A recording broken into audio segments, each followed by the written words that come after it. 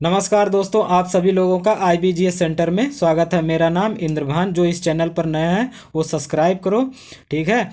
इस चैनल को दोस्तों आप 360p में देखना, क्योंकि इस लेक्चर को, क्योंकि अभी यूट्यूब पे टेक्निकल थोड़ा सा हमारे चैनल से प्रॉब्लम है, यानी कि हमारे चैनल थोड़ा प्रॉब्लम कर रहा है यूट्यूब से। तो आज का जो टॉपिक है वो जैन धर्म है। तो जैन धर्म के अंतर्गत हम जैन के सिद्धांत क्या क्या हैं, और जैन धर्म और बौद्ध धर्म में अंतर क्या है, जैन धर्म के शाखा क्या है, ठीक है। इन सभी के बारे में जैन धर्म के तीर्थकर कौन कौन से हुए हैं, इनके सब के बारे में हम थोड़ा थोड़ा करके इस लेक्चर में चर्चा करेंगे। और इसी लेक्चर में हम भागवत धर्म और शैव धर्म का भी चर्चा करने वाले हैं।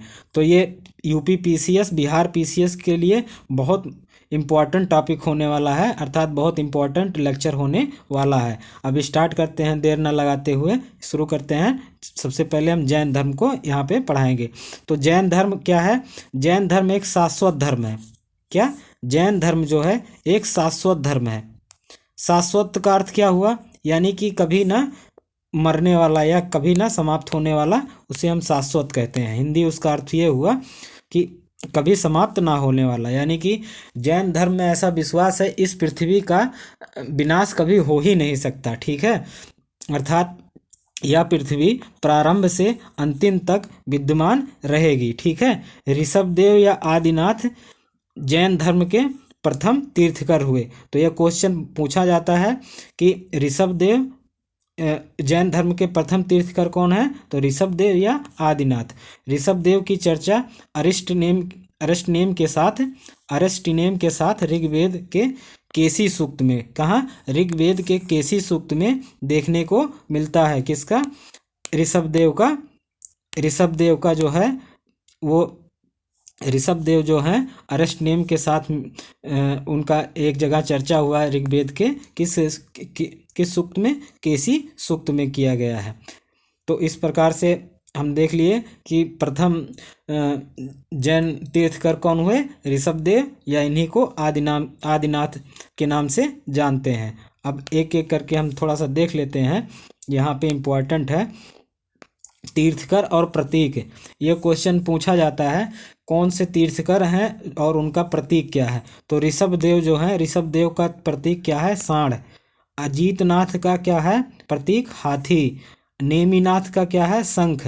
पार्श्वनाथ का सांप। महावीर का सिंह, ठीक है। तो महावीर क्या है? सिंह। सिंह का रूप महावीर, इसे याद कर लो ऐसे दिमाग में कि महावीर जो है वो सिंह के सवारी करते थे। क्या?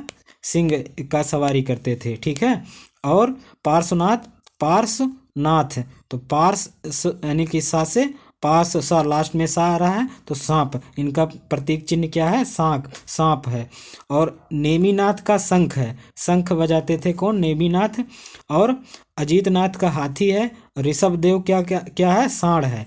ऋषभदेव का सांड है। इसे अपने दिमाग में बैठाओ और कॉपी में भी उतारो। अब बात करते हैं महावीर के बारे में एक एक करके। तो महावीर का जन्म कब हुआ था? 540 ईसा पूर्व में। 540 ईसा पूर्व में महावीर का जन्म हुआ था। इनके पिता का और जन्म स्थान क्या था? वैशाली कुंडग्राम। माता का नाम क्या था? त्रिशला या विदेह दत्ता। क्या? त्रिशला या विदेह दत्ता। पिता का नाम सिद्धार्थ था। ये वज्र संघ से संबंधित थे। क्या? वज्र संघ से। कौन? और शाक्य वंश से कौन संबंधित था? महात्मा बुद्ध, ठीक है। महात्मा बुद्ध वो शाक्य संघ से थे। और वज्र संघ से कौन संबंधित है? इनके पिता, महावीर के पिता सिद्धार्थ। इनके पत्नी का नाम यशोदा था। यशोदा इनके पत्नी का नाम था महावीर के, ठीक है। तो एक बार फिर से रिपीट कर लेते हैं। इनका जन्म 540 ईसा पूर्व। स्थान कहाँ जन्म हुआ था? वैशाली कुंडग्राम में। माता का नाम त्रिशला या विदेह दत्ता इन्हें कहा जाता है। अर्थात ये इनकी माता जो है वो विदेह की थी। कहाँ की थी? विदेह की थी। और पिता सिद्धार्थ, ये वज्र संघ से संबंधित है। पत्नी का नाम यशोदा था। 42 वर्ष की अवस्था में 12 वर्ष की घनघोर तपस्या के उपरांत कहाँ? जाम्भिका ग्राम में। जाम्बिका ग्राम में के समीप ऋजुपालिका नदी के तट पर उन्हें केवल अर्थात ज्ञान का प्राप्त होता है। किसे? महावीर को। महावीर को केवल, केवल का अर्थ होता है ज्ञान प्राप्त करना, अर्थात वो जो सब कुछ पा लिया हो। ठीक है, तो केवल प्राप्त होता है किस नदी के किनारे? ऋजुपालिका। ये बहुत इंपॉर्टेंट है दोस्तों नदी। महावीर को किस नदी के किनारे ज्ञान की प्राप्ति हुई? तो ऋजुपालिका। क्या भूलेंगे तो नहीं? ऋजुपालिका किससे संबंधित है? महावीर को यहीं पर ज्ञान प्राप्त हुआ था।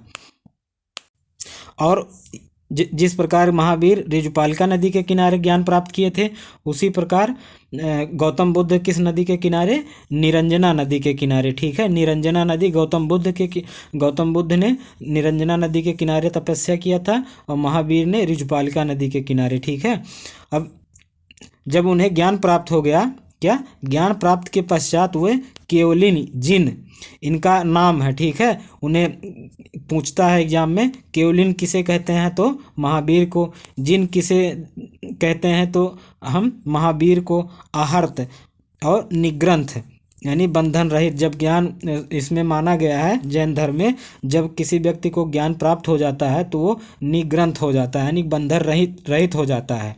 और आहर्त यानी कि वो योग्य व्यक्ति हो जाता है। जिन इंद्रियों का विजेता हो जाता है। जिन का अर्थ होता है, पूछ लेगा क्वेश्चन कि जिनका, एक क्वेश्चन यहाँ से इस प्रकार भी पूछेगा, जिनका शाब्दिक अर्थ है तो इंद्रियों का विजेता, वहाँ पे ऑप्शन रहेगा तो उसी को टिक मार दीजिएगा। जिनका शाब्दिक अर्थ इंद्रियों का विजेता। या जिन किसे कहते हैं? तो महावीर को। केवलिन किसे कहते हैं? महावीर को। और आहर्त निग्रंथ किसे कहते हैं? महावीर को। अब बात कर लेते हैं, कह रहा है जैन धर्म जैन धर्म का जो वास्तविक संस्थापक वो महावीर को माना जाता है। ठीक है, जबकि इनके प्रथम तीर्थकर कौन थे? वो ऋषभ देव थे। ठीक है, ऋषभ देव या आदिनाथ। ठीक है, अजातशत्रु तथा बिंबिसार इनके संरक्षक थे।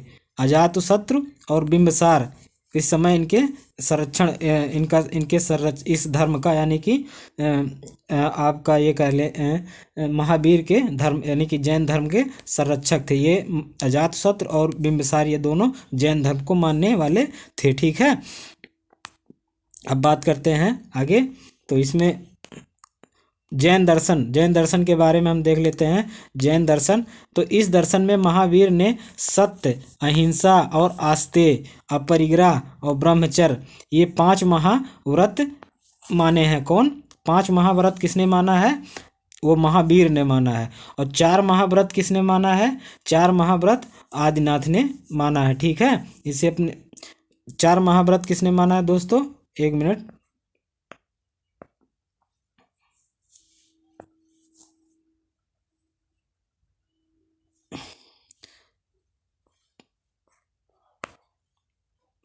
तो 4 इसमें क्या, 4 जो माना है वो ऋषभ देव ने, जो पहले यानी तीर्थकर थे वो थे। कौन कौन मानते थे? सत्य, अहिंसा, आस्तेय और अपरिग्रह जो है ये पहले से ही विद्यमान था। महावीर जी आए, इसमें 5वां शब्द जोड़ दिया, क्या? ब्रह्मचर्य। तो ये 5 महाव्रत कहलाने लगे। ठीक है, तो महावीर के ये 5 व्रत कौन कौन से हैं? सत्य अहिंसा, आस्तेय, अपरिग्रह और ब्रह्मचर्य। सत्य बोलना है। ठीक है, अहिंसा, हमें किसी मारपीट नहीं करना है। आस्तेय, अपरिग्रह यानी कि लालची वस्तुओं को त्याग करना है। यानी कि हमें धन और संपत्ति अपने पास नहीं रखना है। आस्तेय यानी कि कभी, आस्तेय का अर्थ होता है चोरी ना करना। ठीक है, चोरी नहीं करना है। और ब्रह्मचर्य का भी पालन करना है। जैन धर्म का मानना है सृष्टि अनादिकाल से चली आ रही है तथा अंत काल तक चलती रहेगी। यानी कि जैन धर्म में शाश्वत माना गया है पृथ्वी को।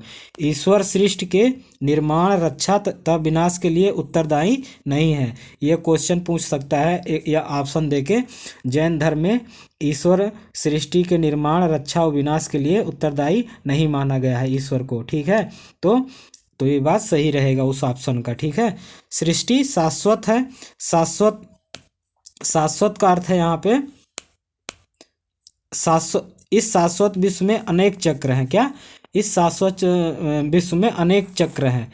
तो प्रत्येक चक्र में बहुत सारे चक्र हैं, तो एक चक्र के अंतर्गत सिर्फ एक प्रत्येक अर्थात एक चक्र के अंतर्गत 63 सलाखा पुरुष 63 सलाखा पुरुष जन्म लेते हैं, 24 तीर्थकर जन्म लेते हैं और 12 चक्रवर्ती शासक जन्म लेते हैं, तब जाके एक चक्र का निर्माण होता है। यानी कि 63 सलाखा पुरुष, 24 तीर्थकर और 12 चक्रवर्ती, टोटल ये इनको अगर हम जोड़ते हैं तो 84 पुरुष होते हैं। क्या 84 पुरुष जब इस धरती पर पैदा होते हैं विभिन्न उस चक्र के विभिन्न काल में, तो एक चक्र हमें पूर्ण, यानी कि एक चक्र हम समाप्त या पूर्ण मानते हैं। ठीक है, इसी प्रकार से ये पृथ्वी हमेशा ऐसे अनेक चक्रों में चलता रहता है। अब बात करते हैं आगे। इनके अनुसार जीव तथा अजीव के सहयोग से सृष्टि का निर्माण हुआ है। अर्थात जो जैन दर्शन है उसमें कहा गया है कि जीव और अजीव मिलके ही, जीव और अजीव जब जुड़ जाते हैं तो उस सृष्टि का निर्माण हो जाता है। यहाँ अजीव जो है 5 भागों में उसे बांटा गया है। ठीक है, सजीव और जीव और निर्जीव यानी कि मिलके हमें इस सृष्टि का निर्माण करते हैं। अजीव को 5 भागों में बांटा गया है। कौन कौन से हैं? आकाश, धर्म, अधर्म, काल और पुद्गल। कौन कौन से हैं? आकाश पहला है, दूसरा धर्म यानी ये गति का घोतक है, पृथ्वी ऐसे चलती रहती है। अधर्म अगति का घोतक है ये, और काल समय का घोतक है। पुद्गल पदार्थ के बारे में बतलाता है। पुद्गल यानी कि पुद्गल उसे कहते हैं वह कण जिसे सहयोग से और जिसका विभाजन किया जा सकता है, उसे हम पुद्गल कहते हैं, यानी कि पदार्थ कहते हैं। ठीक है, धर्म को इसमें क्या अजीव, धर्म क्या है? अजीव है। अधर्म भी अजीव है, आकाश अजीव है, काल भी अजीव है और पुद्गल भी अजीव है। ठीक है, अब बात करते हैं आगे। तो इसमें पुद्गल का जो अर्थ है, पुद्गल के बारे में हम देख लेते हैं। पुद्गल से तात्पर्य जो है, पुद्गल से तात्पर्य उस तत्व से है जिसका संयोग तथा विभाजन किया जा सकता है। क्या? जिसका संयोग और विभाजन किया जा सकता है। इसका सबसे छोटा भाग क्या होता है? अणु। इसका सबसे छोटा भाग अणु होता है। अणु में ही जीव निवास करता है। क्या? अणु में ही जीव निवास करता है। जैव धर्म में यानी कि जैन धर्म में आत्मा को माना गया है। आत्मा इसमें माना गया किसमें? जैन धर्म में। और जैन धर्म में कर्म तथा पुनर्जन्म में भी विश्वास रखा गया है, यानी कि जैन धर्म जो है कर्म और पुनर्जन्म में भी विश्वास करता है। ठीक है, संथारा, यहाँ पे एक वर्ड ये है बहुत इंपॉर्टेंट है, संथारा। ये 2 से 3 बार क्वेश्चन पूछा जा चुका है। अब पीसीएस में अभी तक नहीं पूछा गया है, लेकिन ये क्वेश्चन अब पीसीएस में अब सारे क्वेश्चन लगभग में पुरान हो गए हैं, तो नए क्वेश्चन में संथारा पूछ सकता है। तो संथारा का लेखन, संथारा और संलेखन ये दोनों एक ही शब्द हैं, जिसका तात्पर्य होता है उपवास द्वारा प्राण त्याग करना संथारा कहलाता है, उपवास द्वारा प्राण त्याग करना संलेखन कहलाता है। ठीक है, तो दोनों शब्द का अर्थ एक ही है, संलेखन और संथारा। इन दोनों शब्द का प्रयोग एक ही अर्थ के लिए किया जाता है, अर्थात उपवास द्वारा प्राण त्याग करना। जैसे चंद्रगुप्त मौर्य कुंडलवन बिहार में जाके उपवास द्वारा अपने प्राण को त्याग दिए थे, इसी को संथारा वहाँ पे बोला गया है उन्हें। क्या? संथारा को प्राप्त कर लिए या संलेखन को प्राप्त कर ले गए। तो जैन धर्म आत्मा में विश्वास करता है, कर्म और पुनर्जन्म में भी विश्वास करता है। कौन? जैन धर्म। जैन धर्म के पांच अजीव हैं, अजीव पदार्थ हैं। कौन कौन से? पुद्गल हो गया एक, ठीक है, समय 2, धर्म 3, अधर्म 4, और एक है दोस्तों, एक है आकाश। क्या? 5वां क्या है? आकाश। तो इस प्रकार से आप देख लीजिएगा, आकाश, धर्म, अधर्म, काल और पुद्गल। ठीक है, ये 5 अजीव भाग हैं। अब आगे बात कर लेते हैं, संथारा संलेखन जान ही लिए। अब जैन सिद्धांत किस प्रकार का है, हम इसके बारे में यहाँ पे देख लेते हैं। जैन सिद्धांत, तो जैन दर्शन के सिद्धांत जो है वो अनेकांतवाद हैं। ठीक है, साह्यवाद हैं और सप्तभंगी सिद्धांत पे आधारित हैं। ठीक है, और सप्रधि सिद्धांत या न्यायवाद, यानी कि न्यायवाद के नाम से जिसे जाना जाता है, ये सब जैन के सिद्धांत है। तो ये क्वेश्चन पूछता है जैन का सिद्धांत क्या क्या है, तो अनेकांतवाद, स्यायवाद, सप्तभंगी सिद्धांत और न्यायवाद। ठीक है, ये सब जैन के सिद्धांत है। और वहीं अगर देखते हैं बौद्ध धर्म के, तो स्यायवाद और क्षणिकवाद, ठीक है, क्षणिकवाद, ये और क्या बोलते हैं विज्ञानवाद और शून्यवाद, ये सब क्या है, ये सब आपको बौद्ध धर्म के सिद्धांत हैं। ठीक है, बौद्ध धर्म में सिद्धांत देखने को मिलते हैं। इस सिद्धांत में मोक्ष की प्राप्ति के लिए त्रिरत्न का अनुसरण किया गया है। यहाँ पे त्रिरत्न का अनुसरण किया गया है। और बौद्ध धर्म में क्या है, 3 आर्य रत्न है। क्या आर्य रत्न क्या है, 3 आर्य रत्न है। ठीक है, बौद्ध धर्म में। अब इसमें बात कर लेते हैं जैन धर्म में और बौद्ध धर्म में 3 आर्य रत्न कौन है। एक है दुख समुदाय, 4 हैं दोस्तों, क्या 4 हैं बौद्ध धर्म में। एक है दुख, दूसरा है दुख समुदाय, तीसरा है दुख निषेध, चौथा है दुख प्रतिनिषेध। ठीक है, अब इसमें त्रिरत्न देख लेते हैं। सम्यक ज्ञान, सम्यक दृष्टि, ठीक है, त्रिरत्न किसके, जैन धर्म के। तो पहला है सम्यक ज्ञान, इसका सम्यक ज्ञान, सम्यक दृष्टि और सम्यक, पहले की बात कर लेते हैं। सम्यक ज्ञान इसका पहला है 3 रत्नों में, किसके, जैन धर्म के। तो यह 5 भागों में डिवाइड किया गया है। कौन कौन से, मति, श्रुति, अवधि, मन पर्याय और केवल ज्ञान। तो ये जो सम्यक यानी कि सम्यक मतलब ठीक ज्ञान होता है, ये हमें 5 रूपों में प्राप्त कर सकते हैं। कैसे कैसे, तो हम अपने मति यानी कि इंद्रियों से जो हमें ज्ञान प्राप्त होता है उसको हम मति बोलते हैं। क्या, उसे हम मति ज्ञान कहते हैं। इंद्रियों जनित जो ज्ञान होता है, यानी कि आँख और हमारा जो आँख है, शरीर है, उसके शरीर के अनुभव से जो हमें ज्ञान प्राप्त होता है, तो ये सब जो ज्ञान होते हैं वो मत के अंतर्गत आते हैं। श्रवण से जो प्राप्त ज्ञान होता है उसे श्रुत के अंतर्गत रखा गया है। अवधि, दिव्य ज्ञान जो होता है उसको हम अवधि कहते हैं। मन पर्याय, जो मन में हमारे मन से हमें जो ज्ञान प्राप्त होता है उसे मन पर्याय के अंतर्गत रखे हैं। केवल ज्ञान, सर्वोच्च ज्ञान जो है, सबसे अच्छा ज्ञान, वो यानी कि पूर्ण ज्ञान जिसे कहते हैं, वो केवल ज्ञान के अंतर्गत आता है। ठीक है, सम्यक चरित्र दूसरा है। तीसरा सम्यक दर्शन। तो सम्यक चरित्र में अहिंसा, सत्य, आस्तेय, अपरिग्रह और ब्रह्मचर्य, क्या, और ब्रह्मचर्य, ये किस में आते हैं, सम्यक चरित्र के अंतर्गत। सम्यक चरित्र के अंतर्गत अहिंसा यानी कि मारपीट, युद्ध नहीं करना है। सत्य, हमेशा सदा सत्य बोलना है।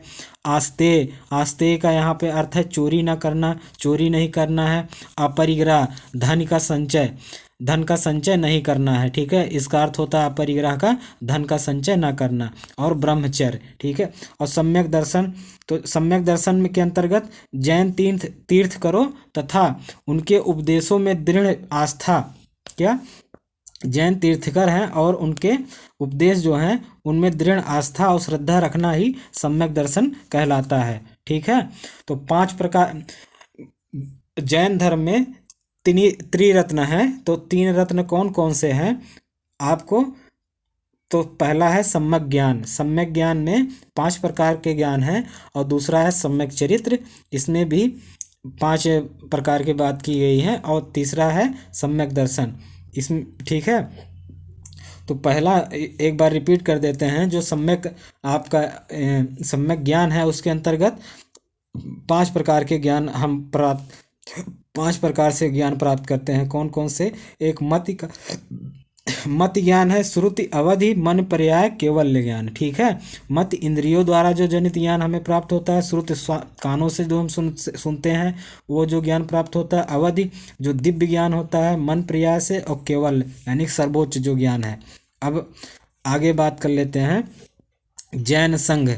तो प्रथम जैन संगीत में जैन संघ 2 शाखाओं में विभक्त हो गया। ठीक है, दो जैन साहित्य होते हैं जैन धर्म में। तो प्रथम जैन संगीत जब होता है तो जैन संघ दो भागों में, दो शाखाओं में विभक्त हो जाता है। एक का नाम दिगंबर कहलाता है, दूसरे का श्वेतांबर। श्वेतांबर जो होते थे वो कपड़े नहीं, यानी कि सफ़ेद कपड़े पहनते थे। तो लगभग 200 ईसा पूर्व, क्या 200 ईसा पूर्व में मगध में पड़े भयंकर अकाल की वजह से आचार्य भद्रबाहु, क्या आचार्य भद्रबाहु दक्षिण भारत चले गए। कालांतर में उनके शिष्य दिगंबर कहलाए, यानी कि समय बीत गया, समय जैसे जैसे बीतता गया वो धीरे धीरे क्या कहलाने लगे, उनको दिगंबर कहा जाने लगा। ठीक है, किसे, भद्रबाहु के जो शिष्य थे वहीं पर, और जो वहीं पर यानी कि कहाँ पे, मगध में ही रुक गए, वो स्थूलभद्र के शिष्य कहलाए। ठीक है, उन्हीं को ही हम श्वेतांबर कहते हैं, यानी कि वो श्वेत वस्त्र धारण करते हैं, और जो दिगंबर हैं ये बिना कपड़े के रहते हैं। तो ये दो नाम आप यहाँ याद कर लीजिए, एक भद्रबाहु और दूसरा स्थूलभद्र। ये बहुत इम्पोर्टेंट है, ठीक है, क्योंकि भद्रबाहु जो हैं वो दिगंबर के गुरु हैं, और स्थूलभद्र जो हैं वो श्वेतांबर के हैं। अब आगे बात कर लेते हैं, यहाँ से क्वेश्चन पूछता है, इसे दिमाग में घुसा लेना एकदम से। श्वेतांबर और दिगंबर में अंतर देख लेते हैं, श्वेतांबर और दिगंबर में एक एक करके देख लेते हैं। श्वेतांबर और दिगंबर, श्वेतांबर श्वेत वस्त्र को धारण करते हैं, और दिगंबर जो है वो वस्त्र को धारण नहीं करते हैं। 19वें तीर्थकर जो हैं मल्लीनाथ, मल्लीनाथ क्या है, श्वेतांबर क्या मानते हैं, वो स्त्री थे, क्या स्त्री मानते हैं, जबकि जो दिगंबर हैं वो मल्लीनाथ को स्त्री नहीं मानते हैं। और जो श्वेतांबर हैं वो महावीर की शादी, कहते हैं महावीर की शादी हुई थी, और जो दिगंबर हैं वो कहते हैं कि महावीर आजीवक अविवाहित रहे। ठीक है, आजीवन अविवाहित रहे कौन, ये ऐसा दिगंबर का मानना है। तो चार क्या क्या है इसमें, क्या क्या है दोस्तों, आप याद कर ले फिर से एक बार। जो श्वेतांबर है श्वेत वस्त्र का धारण करते हैं, दिगंबर वस्त्र नहीं पहनते हैं। 19वें तीर्थकर जिनका नाम मल्लीनाथ है वो श्वेतांबर उनको स्त्री मानते हैं। ठीक है, और दिगंबर जो हैं वो स्त्री नहीं मानते हैं, महावीर की शादी हुई थी ऐसा श्वेतांबर विचार रखते हैं, और महावीर आजीवन अविवाहित रहे ऐसा दिगंबर मानते हैं। अब एक बात कर लेते हैं, ये क्वेश्चन आ चुका है, कुर्चक जैन धर्म का उपसंप्रदाय है। ठीक है, पूछता है कुर्चक जो है, कुर्चक संप्रदाय ये किसका संप्रदाय है, तो जैन धर्म का संप्रदाय है। ठीक है, ये क्वेश्चन आ चुका है यूपीपीसीएस और आरओ एआरओ दोनों में। ठीक है, अब जैन संगीत, दो जैन संगीतियों की हमें चर्चा देखने को मिलती है, दो संगीतियों की चर्चा देखने को मिलती है। प्रथम जैन संगीत कब हुआ था, 322 से 298 ईसा पूर्व। ठीक है, स्थल था वो पाटलिपुत्र में प्रथम जैन संगीत होता है। अध्यक्ष इसके कौन थे, स्थूलभद्र। ठीक है, यानी कि जो मगध में ही रुक गए थे, श्वेतांबर जो कहलाए, ये स्थूलभद्र इसके अध्यक्ष थे। और शासक कौन था, चंद्रगुप्त मौर्य था। स्थूलभद्र उस समय, और शासक इसका चंद्रगुप्त मौर्य था। द्वितीय, अब बात कर लेते हैं कौन सा द्वितीय, तो द्वितीय का हम देख लेते हैं। द्वितीय जैन संगीत, इसका समय था 512 ईस्वी, स्थल था वल्लभी विश्वविद्यालय, क्या वल्लभी विश्वविद्यालय, और इसके अध्यक्ष के कौन थे, देवार्धि क्षमा शर्मण।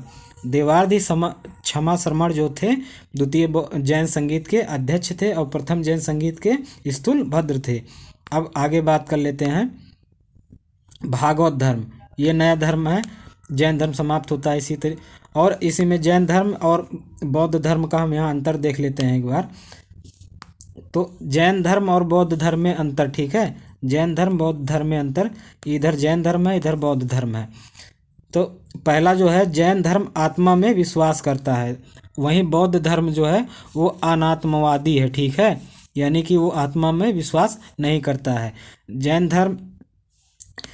धर्म में इसमें मोक्ष प्राप्ति के लिए त्रिरत्न पर जोर दिया गया है। और वहीं पे अगर आप देखते हैं बौद्ध धर्म में कि हाँ, बौद्ध धर्म में बौद्ध धर्म में क्या है, बौद्ध धर्म में मोक्ष की प्राप्त के लिए अष्टांगिक मार्ग पर हम जोर देते हैं, ठीक है। और इसमें जैन धर्म में त्रिरत्न है।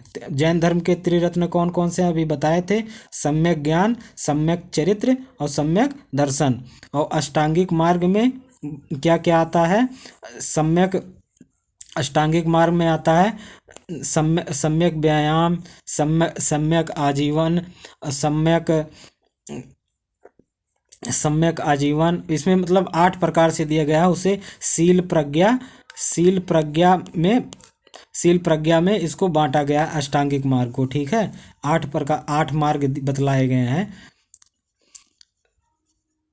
सम्यक व्यायाम, सम्यक ज्ञान, सम्यक चरित्र, ये सब जो है ये अष्टांगिक मार्ग के ही अंतर्गत आते हैं। अब बात कर लेते हैं आगे।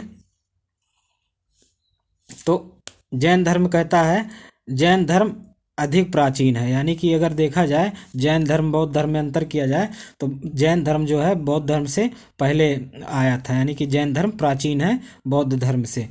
और जो बौद्ध धर्म वो 6ठी ईसा पूर्व में इसका जन्म होता है। जैनियों ने धर्म प्रचार में संस्कृत एवं प्राकृत भाषा, 2 भाषाओं का प्रयोग किए थे, संस्कृत एवं प्राकृत भाषा। और जबकि बौद्ध धर्म में पाली भाषा का उपयोग देखने को हमें मिलता है, ठीक है। तो अब एक एक करके बात कर लेते हैं यहाँ पे। जैन धर्म में क्या, जैन धर्म में आत्मा का विश्वास है और बौद्ध धर्म में आत्मा नहीं माना गया है। मोक्ष के लिए जैन धर्म में त्रिरत्न पर जोर दिया गया है, बौद्ध धर्म में मोक्ष के लिए अष्टांगिक मार्ग पर जोर दिया गया है। जैन धर्म पुराना है किसकी अपेक्षा, बौद्ध धर्म के, ठीक है। अब हम भागवत धर्म पे चलते हैं, भागवत धर्म के बारे में बात करते हैं। क्या है भागवत धर्म, भागवत धर्म। तो भागवत धर्म का वास्तविक संस्थापक जो था वो कृष्ण को माना जाता है। किसे, कृष्ण को माना जाता है। क्वेश्चन पूछता है भागवत धर्म का वास्तविक संस्थापक कौन था, तो कृष्ण, भगवान कृष्ण थे। छांदोग उपनिषद में कृष्ण को देवकी का पुत्र कहा गया है, ठीक है। वायु पुराण में विष्णु के अवतारों की सूची में कृष्ण के स्थान पर बुद्ध को रखा गया है। किसमें, वायु पुराण में। वायु पुराण में यह क्वेश्चन पूछेगा कि वायु पुराण में कृष्ण के स्थान पर किसे रखा गया है, तो भगवान बुद्ध को रखा गया है। और विष्णु के कितने अवतार हैं, 10 अवतार हैं। कितने, विष्णु के 10 अवतार बताए गए हैं। अब बात करते हैं भागवत धर्म से संबंधित प्रथम प्रस्तर स्मारक विदिशा का गरुड़ स्तंभ है, ठीक है। गरुड़ स्तंभ में हम सर्वप्रथम यानी कि प्रस्तर स्मारक जो विदिशा में है, कहाँ, मध्य प्रदेश के विदिशा में, वो वहाँ पे गरुड़ स्तंभ है। वहाँ से हमें साक्ष्य देखने को, भागवत धर्म के साक्ष्य हमें देखने को मिलते हैं। इससे पता चलता है कि यवन राजा हेलियोडोरस ने भागवत धर्म ग्रहण किया था। जो यवन राजा था, यूनानी राजा था, ठीक है। यवन राजा जो था उसका नाम था हेलियोडोरस, वो भागवत धर्म को ग्रहण किया था। इस धर्म में मोक्ष के साधन के रूप में जन्म, कर्म तथा भवंती को समान महत्व दिया गया है। क्या क्या, जन्म, कर्म और भक्ति, जन्म, कर्म और भक्ति को समान महत्व दिया गया है। यह क्वेश्चन पूछता है, जैसे अभी हम पीछे पढ़े, जैन धर्म में मोक्ष के साधन क्या है, त्रिरत्न है। बौद्ध धर्म में मोक्ष के साधन क्या है, अष्टांगिक मार्ग है। उसी तरीके से भागवत धर्म में जो मोक्ष के साधन है वो जन्म और कर्म और भक्ति, इन तीनों को अगर हम मिला लेते हैं तो हम मोक्ष को प्राप्त कर ले जाते हैं। इंडिका में जो मेगास्थनीज की पुस्तक है उसमें हेराक्लीज को इंडिका में एक शब्द है हेराक्लीज, तो उसको हम किसके रूप में जानते हैं, वो कृष्ण को हम जानते हैं। वो ये जो हेराक्लीज शब्द है वो कृष्ण के लिए प्रयोग हुआ है, ठीक है। इंडिका पुस्तक में हेराक्लीज जो शब्द है वो कृष्ण के लिए प्रयोग किया गया है। अब बात करते हैं शैव धर्म। तो महाभारत में शैव धर्म के 4 संप्रदाय, क्या 4 संप्रदाय बतलाए गए हैं। कौन कौन से? शैव धर्म, पाशुपति धर्म, काल दमन और कापालिक।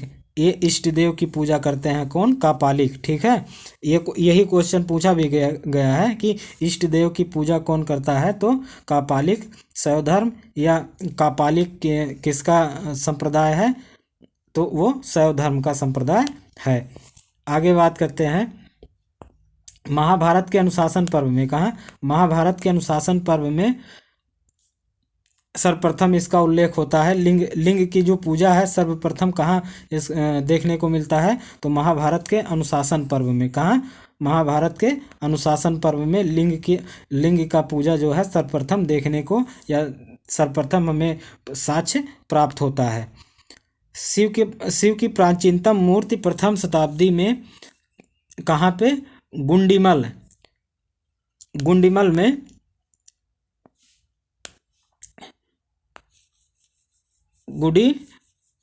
गुडीमल्लम, क्या गुडीमल्लम में प्रथम इनकी जो मूर्ति प्राप्त होती है। कहाँ? प्रथम शताब्दी में वो गुडीमल्लम स्थान नामक स्थान से प्राप्त होता है। और वो मूर्ति किसके रूप में था? लिंग के रूप में। ठीक है, लिंग के रूप में प्रथम शताब्दी में गुंडीमल्लम नामक स्थान पर एक हमें शिव की मूर्ति प्राप्त होती है। तो ऋग्वेद में शिव का जो रूप है, जो प्राकृतिक रूप है, ये क्वेश्चन पूछा गया है कि ऋग्वेद में शिव का प्राकृतिक रूप कैसा है, तो रुद्र है। क्या? रुद्र है, यानी कि बहुत क्रोधित रूप में उनको दिखाया गया है। किसमें? ऋग्वेद में। ये क्वेश्चन पूछा गया है और पीसीएस में आगे भी पूछा जा सकता है। पीसीएस में नहीं तो आरओ में पूछा ही जाएगा।